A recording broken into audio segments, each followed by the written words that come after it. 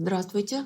Мы с вами продолжаем занятия по психологии, и мы начали на предыдущих занятиях темы, связанные с психологией диалога. Как раз вот, собственно, с такой православно-психологической разработкой.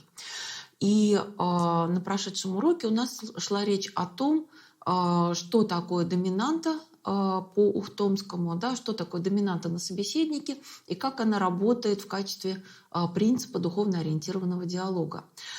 Сейчас мы с вами должны будем рассмотреть другой принцип, да, принцип вненаходимости, который, в общем-то, работает в идеале, да, так сказать, в состоянии такого равновесия доминанты и вненаходимости для того, чтобы обеспечить нам правильную позицию в процессе общения с другим человеком или с другими людьми, правильную позицию в диалоге.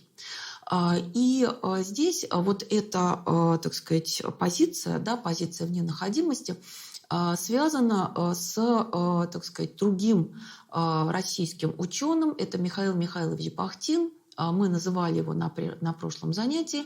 Он был философ, филолог. И, в общем-то, одна из центральных тем, которые он разрабатывал в филологии, это темы, связанные с творчеством Федора Михайловича Достоевского. И у него есть замечательные совершенно классические, так сказать, произведения вот в этой сфере. Да, одно из них называется «Проблемы поэтики Достоевского». Очень рекомендуется к прочтению. И вот Михаил Михайлович Бахтин один из действительно очень важных разработчиков диалога, поскольку для него вообще вот представление о жизни, да, оно тесно связано с диалогом, с диалогическим общением. В частности, он говорит следующее. Жизнь по природе своей диалогична. Жить значит участвовать в диалоге, вопрошать, ответствовать, соглашаться. В этом человек участвует весь, всей своей жизнью, глазами, губами, руками, душой, всем телом, поступками. То есть вот действительно человек погружен в стихию общения, и очень важно, особенно, да, вот человеку верующему, да, очень важно вот в этом общении участвовать правильно, да.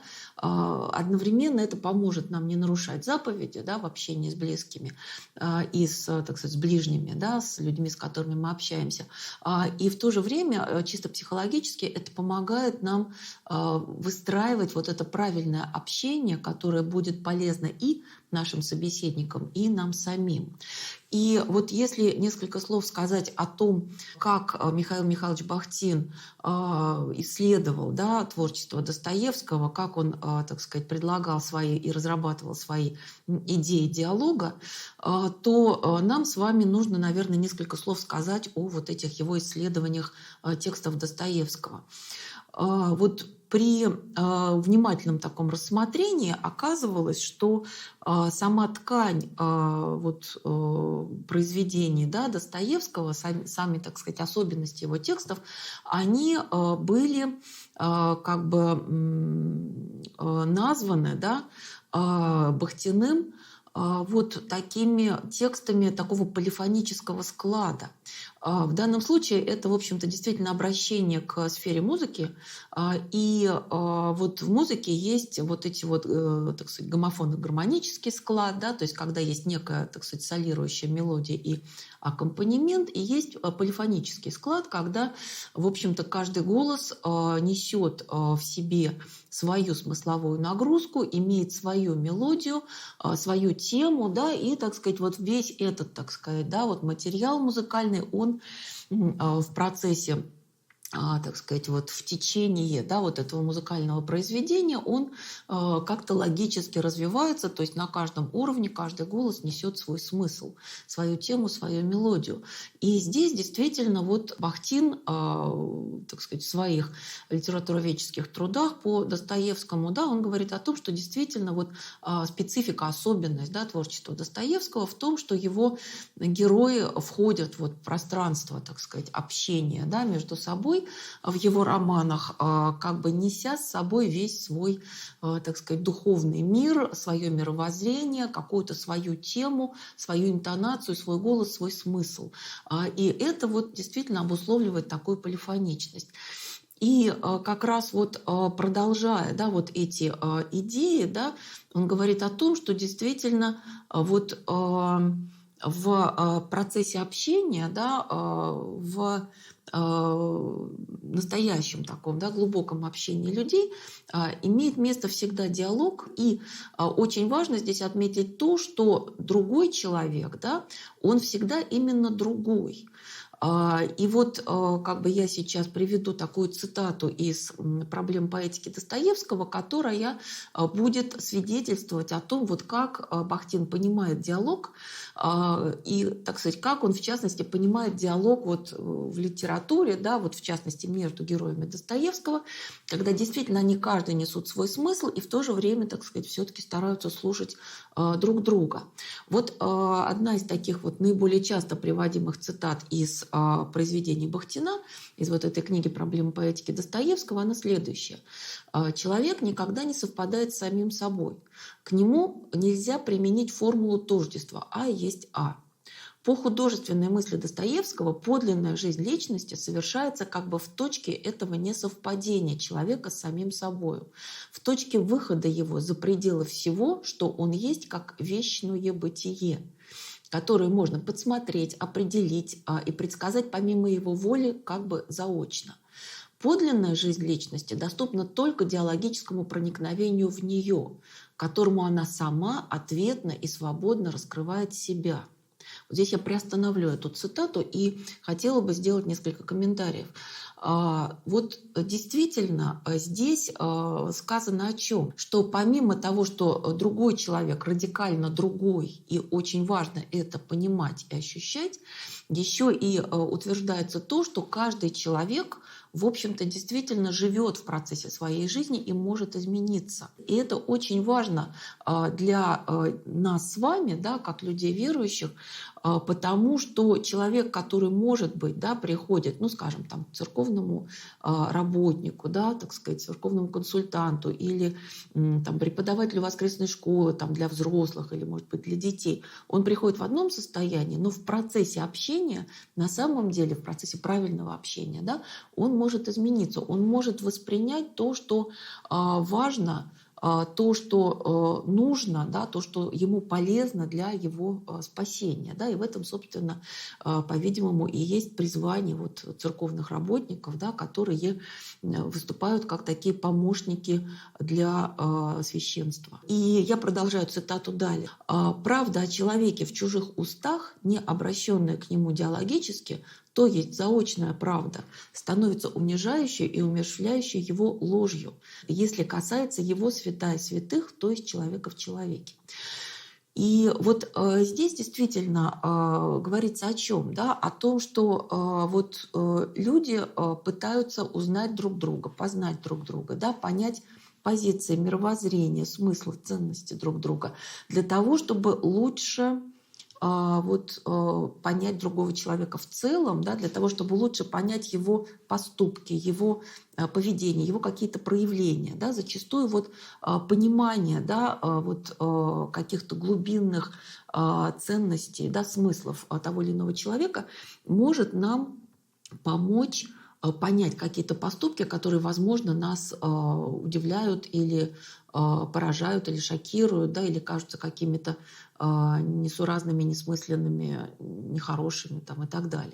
То есть вот мы с вами здесь как раз вот обращаемся к творчеству Бахтина для того, чтобы вот понять то, каким образом вот этот мыслитель Михаил Бахтин, опираясь на вот всю российскую традицию литературного творчества, словесного искусства, да, он говорит о том, что важно именно для вот такого российского менталитета, для тех способов общения, для тех принципов общения, да, на которых стоит именно вот как бы российская ментальность, вот с ее вот этой вот тысячелетней историей, укорененной в православии. И вот если говорить о том, о чем мы с вами начали говорить, да, вот именно о вненаходимости, который, значит, вот это понятие, да, в общем-то, заимствовала Тамара Флоренская и сделала его одним из важных принципов диалогического общения. Так вот, если пояснять, что такое вненаходимость и как Михаил Бахтин это слово объясняет. Значит, это слово неологизм. Оно придумано Бахтиным специально для того, чтобы обозначить некую авторскую позицию по отношению к герою, да, так сказать, позицию автора, писателя по отношению к герою. Здесь речь идет о том, что вообще позиции автора по отношению к герою могут быть разные. Герой может выступать для автора как некая такая вот марионетка, как некоторая, так сказать, модель человека, которая, скажем, провозглашает идеи писателя, принципы писателя, его мировоззрение, его ценности и так далее. Да? И как раз вот важно подчеркнуть, что по-настоящему талантливый писатель, он, в общем-то, как правило, к своему герою относится как к живому человеку. Он переживает за него, он как бы болеет за него, да, как бы он очень хочет, чтобы этот его герой действительно как бы достиг некоего своего истинного человеческого состояния в этом литературном произведении, которое писатель создает. И Бахтин даже предлагает такое словосочетание «напряженно любящая вненаходимость». То есть, с одной стороны, писатель ни в коем случае не отождествляется, да, со своим героем. Хотя, безусловно, есть автобиографические произведения в литературе, но это такой особый жанр. Безусловно, конечно, в каждом герое, как бы особенно центральном герое, каждого писателя, есть что-то и от самого писателя, да, но тем не менее, Бахтин говорит о том, что одна из самых ценных позиций писателя по отношению к своему герою – это именно такая напряженно любящая вненаходимость. То есть писатель дает своему герою свободу выражения себя. И на самом деле мы здесь можем привести достаточно много примеров того, как писатели порой были удивлены тем, что их герои поступают как бы не так, как они бы от них ожидали. То есть они проявляют ту самую другость другого, да, о которой говорит Бахтин, что другой радикально как бы вненаходим по отношению ко мне, имеется в виду человек, да, он радикально другой, у него другой внутренний мир, другой жизненный опыт, другой жизненный путь. И это все как бы, да, связано с тем, какой уникальной индивидуальностью, да, является каждый человек. И эта напряженно любящая вненаходимость, она позволяет действительно установить некоторый контакт, да, между писателем и его героем, и действительно порой герой ведет себя не так, как, может быть, ожидал бы писатель. И здесь, на самом деле, можно привести массу таких примеров. Некоторые из них стали хрестоматийными. Известно, да, что Пушкин, в частности, да, очень удивлялся тому, как поступила Татьяна в романе Евгений Онегин. Потому что он, вероятно, ожидал чего-то другого. Но то, что Татьяна в своей этой жизненной истории соглашается на уговоры мамы и выходит замуж, это, в общем-то, Пушкина удивило. И он даже писал в письмах своим друзьям примерно таковы слова. Ты гляди, чего у меня Татьяна-то выкинула, она замуж вышла. То есть Пушкин этого не ожидал, он это не программировал. И Татьяна поступила в этом романе так, как, так сказать, велела ей логика ее характера, да, ее эта уникальная личность героини. И такого рода примеры можно было бы умножить, их довольно много. И они связаны с тем, что писатели порой, давая свободу характеру своего героя, они удивляются тому, как герой поступает. У Достоевского были аналогичные переживания по поводу его героев. Они тоже в пространстве его произведений, так сказать, двигались неким свободным образом по-своему, так как это присуще именно им. И, так сказать, писателю требовалось просто согласиться. Этот герой действует так. И здесь очень важная такая перекличка с тем, как мы понимаем в православной традиции правильное общение между людьми. То есть мы с вами знаем, что Господь даровал человеку свободу, свободную волю, и он как бы ни в коем случае не хочет эту волю каким-то образом сковывать. Он ее не хочет каким-то образом программировать. Человек волен поступать так, как он выберет, так, как он сам захотел. И некоторые священники вот даже высказывали некоторое такое удивление, как же Господу удалось вот провести, да, вот все то, вот реализовать, да, все то, что связано с человеческим спасением, не нарушив человеческую свободу, не нарушив человеческую волю, ничего не навязывая. То есть вот это действительно является одним из важнейших корней православной традиции, общения между людьми. И вот здесь как раз речь идет об этом. Да? Бахтин, говоря о вот этой напряженно любящей ненаходимости, говорит именно об этом, да? О том, что вот очень важна вот эта вот свобода личности другого человека. Очень важно ее оберегать. И здесь встает, так сказать, совершенно резонный вопрос.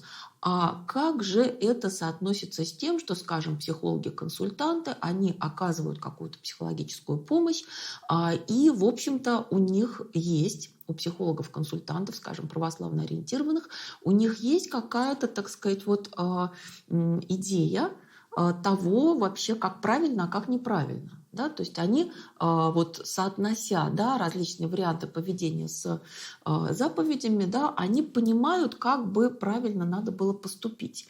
Но вот действительно православная традиция запрещает манипулирование, запрещает нарушение свободы человеческой воли. И вот как раз здесь у нас с вами на, так сказать, вот передний план выходит вот эта самая ненаходимость. И вот если говорить о том, вот как в психологию, да, вот Тамары Флоренской было перенесено это понятие, да, понятие вненаходимости, то надо сказать следующее. Вот что важно для психологического консультирования. Важно уметь, во-первых, да, не утонуть в эмоциональных переживаниях другого человека, да, как бы не заразиться ими, особенно вот такими негативными переживаниями, да, там ревности, зависти, горя, печали, уныния, отчаяния, вот всего того, с чем люди нередко приходят на вот, консультацию. И здесь вот это вот как бы нахождение как бы вне, оно играет сразу несколько таких вот ролей, да. В какой-то степени оно может выступать как дистанция, как сохранение дистанции. И здесь речь идет о чем? Вот как раз Тамара Флоренская пишет следующее, что консультанту очень важно сохранять эту дистанцию. Для чего? Для того, чтобы вот не только не заразиться как бы, да, эмоциональным состоянием другого человека, в чем состоит существенная опасность доминанта на собеседнике, на самом деле, это риск довольно большой. А вот консультанту еще, кроме этого, очень важно сохранять объективный взгляд, то есть способность увидеть проблему человека вот как бы в некотором, так сказать, вот объективном таком ключе, в таком спокойном ключе. Почему? Потому что все мы с вами, наверное, знаем, что принимать решение в состоянии стресса, да, или в состоянии аффекта, это далеко не самое правильное и полезное. Да. Я думаю, что практически все люди имели возможность в этом когда-то в своей жизни убедиться. И вот для того, чтобы вот этого не было, да, как раз вот важна вненаходимость. Тамара Флоренская следующим образом поясняет это. Вот если мы рассматриваем человека как некоторое такое произведение высочайшего искусства, да, вот как действительно творение Божье, да, образ Божий, то можно здесь провести определенную аналогию с как раз вот произведениями различных видов искусств. В данном случае можно взять изобразительное искусство. Если мы, скажем, пытаемся получить правильное эстетическое впечатление от скульптурного произведения, да, это вот трехмерный объект, и действительно очень важно, вот, скажем, художники, фотографы, да, работающие, так сказать, с вот фотосъемкой различных и с видеосъемкой, да, различных произведений скульптуры, они очень хорошо это понимают, потому что очень важно найти именно ту точку, именно тот ракурс, с которого наиболее полно можно воспринять вот это конкретное произведение, так сказать, вот эту конкретную скульптуру. И очень важно также не только, так сказать, вот то, что касается вверх-вниз, так сказать, вправо-влево, да, а очень важно еще, так сказать, на каком расстоянии, с какой дистанции вот эта съемка ведется. Ну, понятное дело, там в, так сказать, искусстве фотографии там еще очень важно освещение, но как бы мы сейчас от этого отвлечемся. Нам очень важна как бы вот эта вот идея поиска позиции, поиска правильной позиции. И если мы возьмем живописное произведение, то есть вот, так сказать, двумерное, да, уже, так сказать, произведение, да, то здесь также очень важно вот прежде всего найти точку, так сказать, правильную точку наблюдения, да, в терминах ближе-дальше.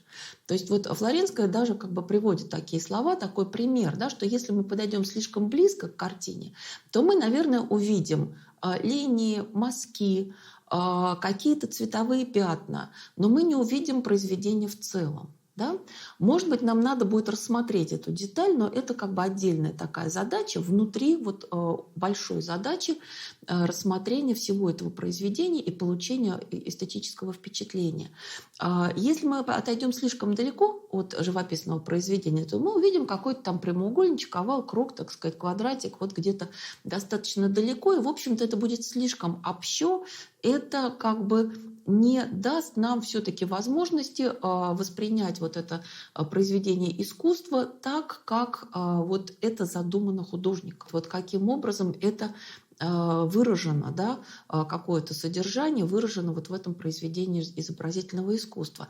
И аналогично, да, если мы говорим о восприятии человека как вот произведения Божьего, как образа Божьего, вместе с его проблемами, мучениями, нестроениями какими-то, да, нам также очень важно для того, чтобы объективно оценить, объективно воспринять, так сказать, да, структурировать, если хотите, вот ту проблему, с которой человек пришел, и вообще, так сказать, вот всю эту проблему в контексте жизни данного человека, то нам нужно с вами действительно найти правильную позицию. И вот здесь-то как раз и должен работать принцип ненаходимости, который позволяет нам держать вот эту дистанцию и обеспечивать, с одной стороны, вот собственное такое правильное, да, объективное восприятие ситуации, в которой находится человек, с которым с нами общается, да, и это уже дает этому человеку, оставляет этому человеку некоторую свободу его выражения, его переживания, его понимания своей ситуации, его решения. Да? То есть вот это вот очень важный момент, мы к этому вернемся буквально через несколько минут. И вот действительно, значит, Тамара Флоренская говорит, что вот учиться тому, чтобы мы с вами могли осуществлять вот эту балансировку, да, вот это, так сказать, равновесие, да, принципа доминанты на собеседнике и принципа ненаходимости, это действительно вот очень важная такая вот часть жизни каждого человека, безусловно, да, особенно это важно для, вот, скажем, психолога-консультанта, поскольку мы сейчас с вами говорим о вот этой профессиональной деятельности, о консультировании. И вот что еще очень важно здесь отметить?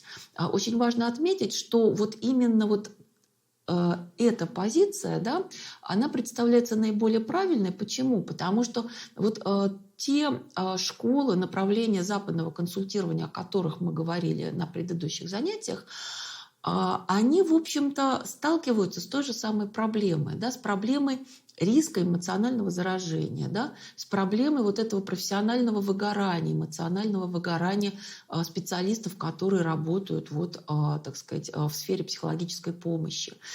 И вот в частности, да, мне приходилось, так сказать, и знакомиться, да, и слышать от практикующих западных психотерапевтов, как они, так сказать, защищаются, да, вот от этого риска эмоционального заражения. В частности, вот одна из весьма известных, так сказать, американских, так сказать, представителей вот этой психотерапевтической профессии, она говорила следующее.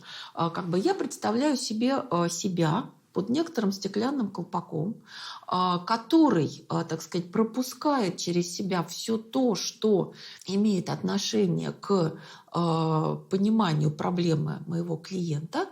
И я представляю себе, что все негативное, что исходит от клиента, как бы ударяется в стенку этого стеклянного колпака и падает, и до меня не достигает.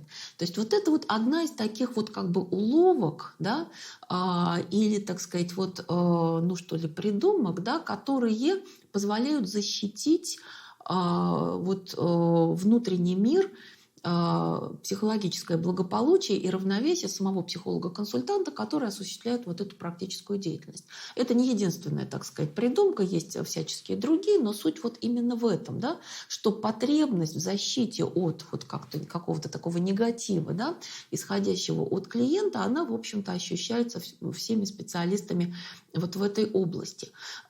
И вот если мы говорим о православной традиции, то действительно вот эти принципы, да, которые Тамара Флоренская заимствовала у Алексея Алексеевича Ухтомского и Михаила Михайловича Бахтина, они действительно вот являются такими укорененными в нашей как бы культуре, да, в нашей культуре, в нашей традиции и соответствуют православной вере. И вот важно еще сказать следующее. Да? Тамара Флоренская когда-то сформулировала такой, так сказать, странный парадокс. Да? Она его назвала парадокс воздействия. Парадокс воздействия, он как раз непосредственно связан с возможностями или невозможностями, да, нарушения вот этой свободы воли человека. Ну, наверное, всем, так сказать, людям, да, особенно родителям, воспитателям, да, известно, что мы часто стремимся к тому, чтобы воздействовать на там, нашего ребенка или нашего воспитанника, ученика, да, или, так сказать, члена нашей семьи, или там, товарища по работе и так далее, и так далее. Да? И фактически это получается некоторое желание, вот некоторые манипуляции, вот как-то что-то так сказать, подкрутить, подвинтить, да, у другого человека, чтобы он делал то, что как бы нам нужно, да, или то, что мы считаем важным, нужным, правильным и полезным. И вот Тамара Флоренская, поскольку, вот, как я уже говорила, у нее был огромный совершенно опыт психологического консультирования, она выдвинула вот этот парадокс воздействия и сформулировала его следующим образом. Чаще всего, да, мы имеем такую картину, что чем больше мы воздействуем, тем хуже результат. То есть вот если мы, так сказать, стараемся давить, манипулировать, советовать, рекомендовать и так далее, то очень часто мы, так сказать, в результате не получаем того, чего мы хотим. Вот Тамара Флоренская объясняет это следующим образом. Решение должно созреть внутри самого человека. Оно не должно быть навязано вот извне. Только в этом случае, если человек сам дошел до того или иного своего решения, только в этом случае он все-таки постарается это решение реализовать. И это имеет самое непосредственное отношение к не только психологическому консультированию, но и к реальной жизни, повседневной жизни нашей. В частности, можно сказать следующее, да, что довольно много примеров того, когда те или иные отношения распадаются или вот, ну, терпят какой-то урон в том случае, если люди, которые вступают совсем не в психотерапевтические какие-то отношения, в какой-то такой профессиональной ситуации, а это просто вот личные, дружеские, семейные, да, или какие-то романтические отношения. И вот мы еще, так сказать, будем возвращаться к этому примеру, но я сейчас хочу привести одну его часть. Это пример из конкретной, так сказать, психологической консультации, недавней относительно. Это вот как раз вот поскольку диалогическое направление в психологическом консультировании, оно живет и развивается. Не так давно была такая ситуация, когда некая, значит, вот молодая женщина обратилась к психологу с вот проблемой, связанной с тем, что у нее не складываются отношения с молодыми людьми, имеются в виду романтические отношения. И вот она, так сказать, пыталась обучиться каким-то техникам общения, техникам, прежде всего, манипулирования, такого манипулятивного общения для того, чтобы эти отношения становились прочными. Она действительно обучилась этим техникам, и действительно у нее, так сказать, начало получаться вот, значит, создавать такие достаточно длительные, да, прочные отношения, но вот в процессе вот этой консультации, вот я как раз хочу привести эту часть для того, чтобы продемонстрировать вот этот вот парадокс воздействия, да, и необходимость в ненаходимости. Вот когда начали разбираться с тем, почему же распадались вот эти вот отношения, да, романтические, которые она хотела создавать, вот, так сказать, в предыдущий период ее жизни. И пришли к выводу о том, что прежде всего она нарушала вот эту ненаходимость. То есть она старалась настолько как бы сближаться с вот этими, так сказать, предметами, да, своего, так сказать, романтического отношения, да, своей некоторой такой влюбленности, что, в общем-то, этот объект, мужчина, он начинал чувствовать очень серьезный дискомфорт, очень серьезное неудобство. И в результате, так сказать, он старался как-то от нее отдаляться, и в конце концов эти отношения распадались. А эта девушка, она не понимала, что она делает. И как раз вот это очень, так сказать, яркая иллюстрация того, вот как правильно строить отношения с другими людьми. Да? Это действительно вот сохранение вот этой вот уважительной дистанции, да? Дистанции по отношению к человеческой свободе, но при этом дистанция – это не равнодушие, и именно поэтому нужно искать вот эту правильную позицию, правильную точку. Вот. Но это вот именно как бы возможность оставить свободу другому человеку для того, чтобы у него была возможность самому принимать решения, самому что-то переживать, осмыслять, думать, делать какие-то выводы и предъявлять их как другому человеку, радикально другому, вот в этих отношениях, в этом диалоге, в этом общении, в котором состоят те люди, о которых, скажем, мы в данном случае в качестве примера говорим. То есть получается, что действительно принцип ненаходимости, он достаточно универсальный, он замечателен и хорош, и полезен и в, так сказать, профессиональных ситуациях, в ситуациях психологического консультирования, скажем, в ситуациях церковного консультирования он очень важен. И в то же время он важен и в наших личных отношениях, да, отношениях, скажем, в семье, между супругами, между родителями и детьми, между детьми и родителями. Потому что здорово еще и, так сказать, детей учить, да, этому принципу. И мы как раз на следующих занятиях с вами попробуем установить некоторые взаимосвязи, да, вот этого принципа ненаходимости и, собственно, святоотеческой традиции, потому что в ряде как бы идей, да, святителя Феофана Затворника мы можем увидеть очень такие серьезные, да, глубокие аналогии с тем, о чем мы сегодня говорили. Да? Мы говорили о принципе ненаходимости. Сегодняшнее занятие мы заканчиваем, а теперь вопрос.